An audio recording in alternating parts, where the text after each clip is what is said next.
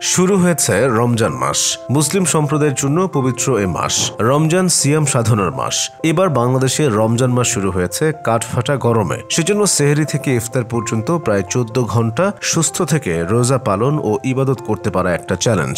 একে তো গরম, তার উপর রোজা রেখে দিন শেষে অতিরিক্ত ক্লান্ত হয়ে যাওয়ার হাত থেকে রক্ষা পেতে সাহরি ও ইফতারের খাবারটা হওয়া উচিত সমৃদ্ধ ও পুষ্টিকর, যা শরীরকে দৈনন্দিন কাজে কর্মক্ষম রাখবে এবং অতিরিক্ত ক্লান্ত হয়ে পড়ার হাত থেকে রক্ষা করবে। শরীরের পুষ্টির চাহিদা যাতে পূরণ হয় সেদিকে নজর রেখে ইফতার, রাতের খাবার ও সাহরি এই তিনটি খাবারকে সাজাতে হবে। আবহাওয়া বেশ উত্তপ্ত, এ সময় শরীর থেকে ঘামের মাধ্যমে প্রচুর পানি বের হয়ে যায়। সেজন্য পানি শূন্যতা বা ডিহাইড্রেশন যাতে দেখা না যায় সেদিকে লক্ষ্য রাখতে হবে। একজন পূর্ণবয়স্ক লোকের দৈনিক 2 থেকে 2.5 লিটার পর্যন্ত পানি পান করা প্রয়োজন হয়। প্রয়োজনীয় পানি গ্রহণের ফলেই দেহে পানির ভারসাম্য ঠিক থাকে। রোজার সময় অনেকেরই পানি শূন্যতা দেখা যায়, কিন্তু যদি ইফতারের সময় থেকে সাহরি পর্যন্ত পানির চাহিদা পুরো মেটানো যায় তাহলে কোনো সমস্যা হওয়ার কথা নয়। বিভিন্ন উপকরণ দিয়ে শরবত তৈরি করা যায়। কোয়াশ, বিভিন্ন ফলের রস, সিরাপ, ইসবগুল, তোকমা, দুধ, দই, তেঁতুল, বেল, লেবু, লাচ্ছি ইত্যাদি। শরবত ছাড়াও পানির সমতা ঠিক রাখতে ইফতারে রাখা যেতে পারে ভেজানো চিরা,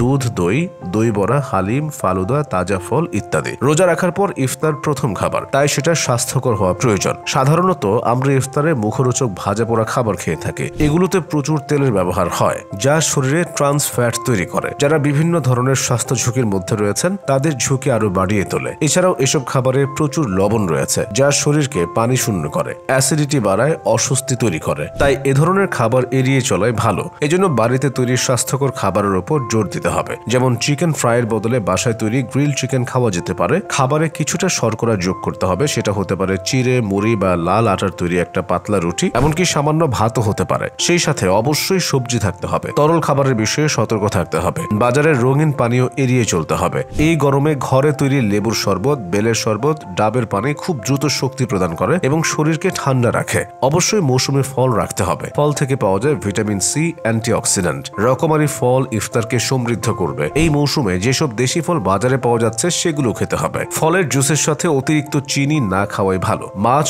মাংস বা ডিম দিয়ে তৈরি কোনো খাবার থাকতে পারে। সারাদিন রোজার পর আমিষের অভাব পূরণ করবে হালিমের বদলে সবজি খিচুড়ি খাওয়া ভালো। রাতের খাবার অবশ্যই খেতে হবে। রাতের খাবারে দুধ, মুড়ি, দুধ, ভাত অথবা দুধের সাথে ওটস বা সিরিয়াল খাওয়া যেতে পারে। এছাড়া ইফতারে বেশি ভারী খাবার না খেয়ে এই সময়টাতে পাতলা খিচুড়ি, রুটি, সবজি, ভাত, মাছ, মাংস খাওয়া যেতে পারে। তারাবি নামাজের পর ডিনার করা ভালো। রোজার সময় সন্ধ্যা রাতের খাবারের গুরুত্ব তেমন থাকে না। ইফতার ও সাহরিতে অনেক সময় সবজি খাওয়াটা বাদ পড়ে যায়। অনেকেই রমজানে সবজি একেবারেই পছন্দ করেন না। তাদের জন্য সন্ধ্যা রাতেই সবজি খাওয়ার উপযুক্ত সময়। এই রাতে খাবারে ছোট মাছও রাখা যেতে পারে। সাহরির সময় কাটা বেছে মাছ খেতে অনেকেই বিরক্ত বোধ করেন।